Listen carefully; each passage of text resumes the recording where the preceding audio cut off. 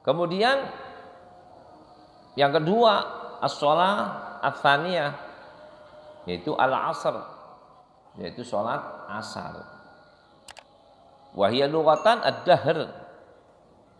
Wa hiya afdhalus salawatil khams was salatul wusta al-musyar ilaiha fi qouli ta'ala hafidhu 'alas salawati was salatil wusta wa qumu lillahi qanitin. Dalam surah Al-Baqarah dikatakan di situ yang namanya sholat asar ini yaitu sholat ad-dahr. Dahr itu apa? Masa, ya, zaman, masa. Makanya kalimat wal asr, demi masa. Ya. Asar itu nama daripada masa. Itu sholat asar paling afdolnya sholat yang 5 waktu dan sholat wusta. Ya. Apa ini waktunya? Wa waktuha yadkhulu idza sara dillu kulli syai'in mithlah. Yaitu kalau sudah bayangan matahari itu, biasanya orang dulu pakai tombak gitu ya.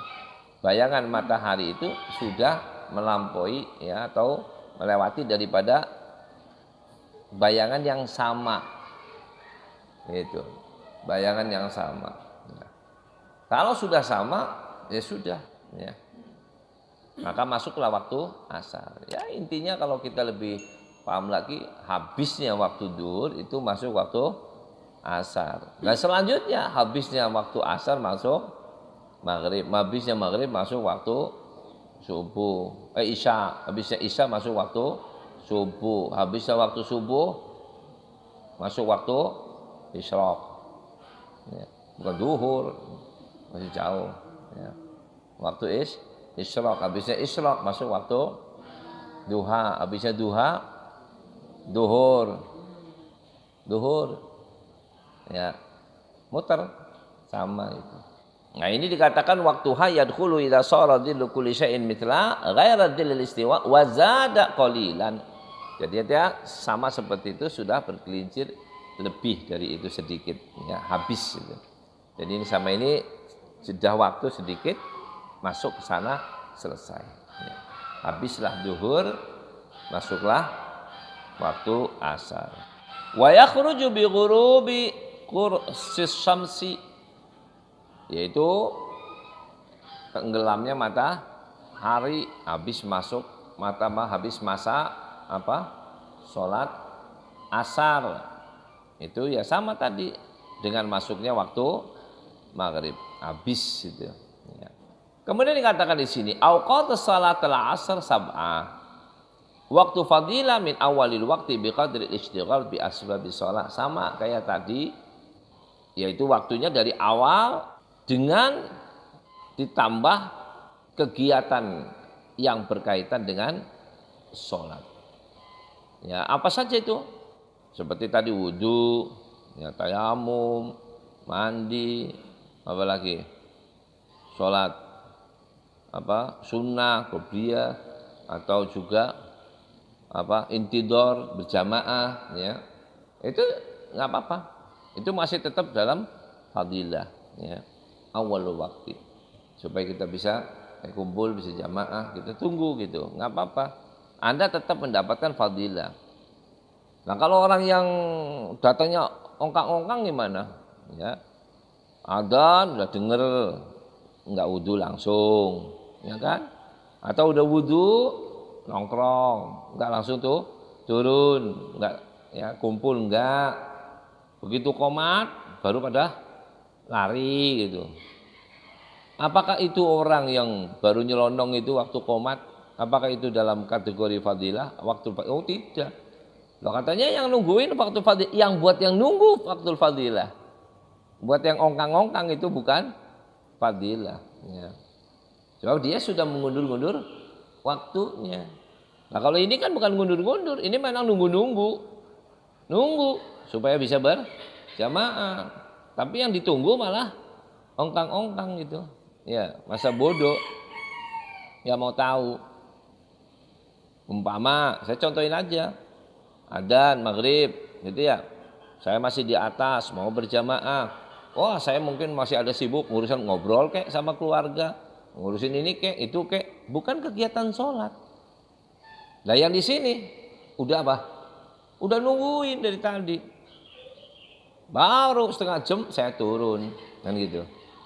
Apakah yang di sini dapat fadilah? Oh tetap awalul waqt. Anda tetap dapat waktu fadilah. Oh, kalau gitu saya dapat dong. Ikut bareng-bareng sama ente, Musa imamnya. Oh enggak, saya tidak dapat waktu fadilah. Kenapa saya enggak dapat waktu fadilah? Toh sholatnya bareng-bareng. Iya, kita sholatnya bareng-bareng, ya. Tetapi beda, ya. Apa sebab akibatnya? Kalau saya mungkin akibatnya mungkin karena lagi ada keperluan ngobrol kayak sama istri, kayak ada urusan ini kayak bukan kegiatan untuk sholat. Nah sedangkan yang lain umpama ini ya dalam kegiatan nunggu sholat, intadar sholat, ya. Lah yang ditunggu belum tentu dapat waktu fadilah karena alasannya nggak sama. Kemudian yang kedua waktu ikhtiar min intiha waktu fadilah ila masir jilli kulli syai'in mithlai ay maratain. Kemudian bergeser lagi setelah waktu fadilah, ya, yaitu masuk waktu daripada ikhtiari. Min intiha waktu fadilah, habisnya masa waktu fadilah, ila masir dilikuli syai' mithlai ay maratain.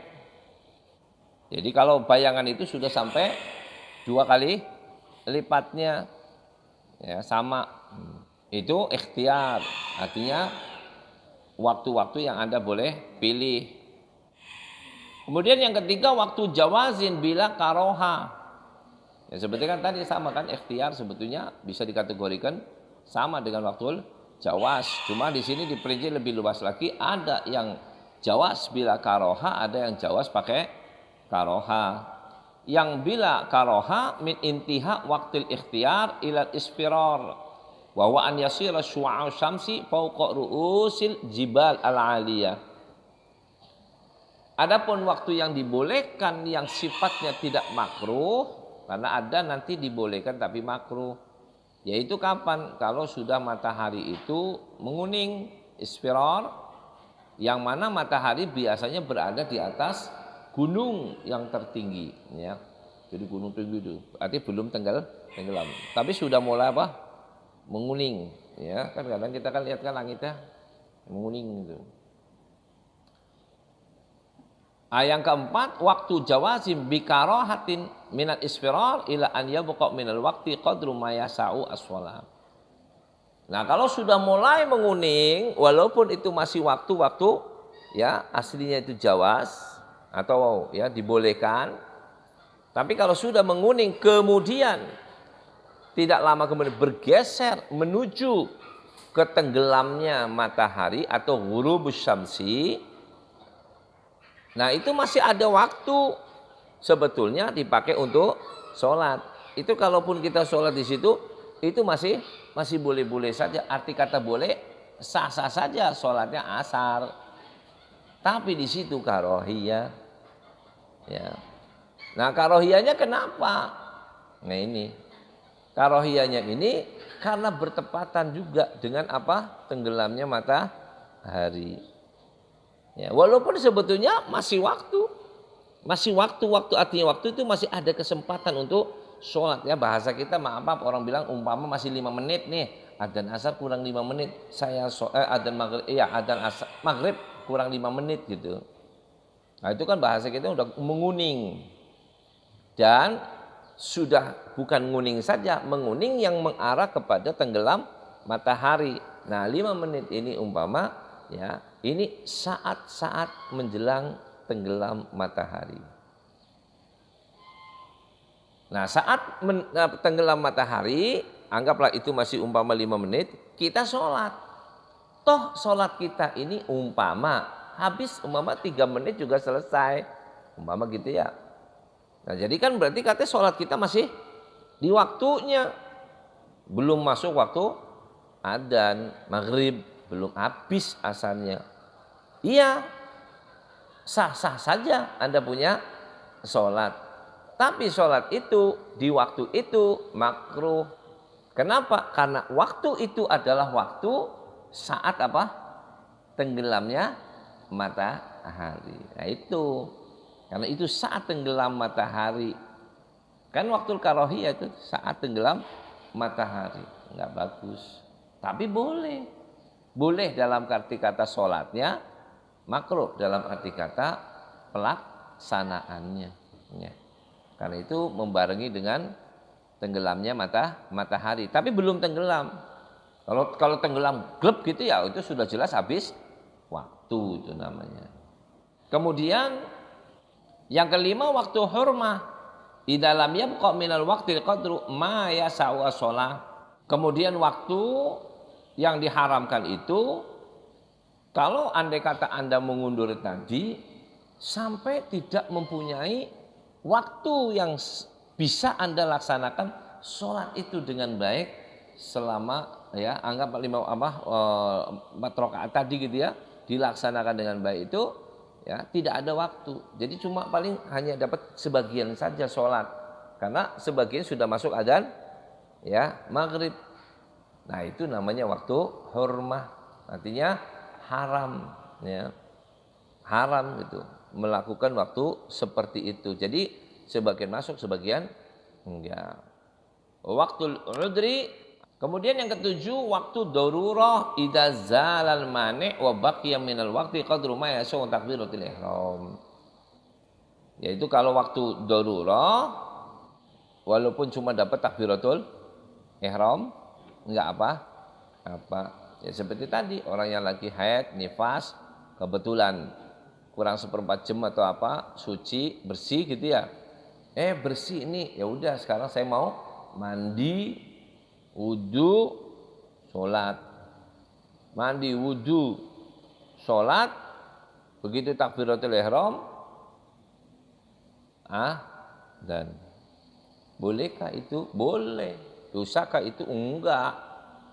Karena memang dia darurat, nggak ada waktu lain. Ya.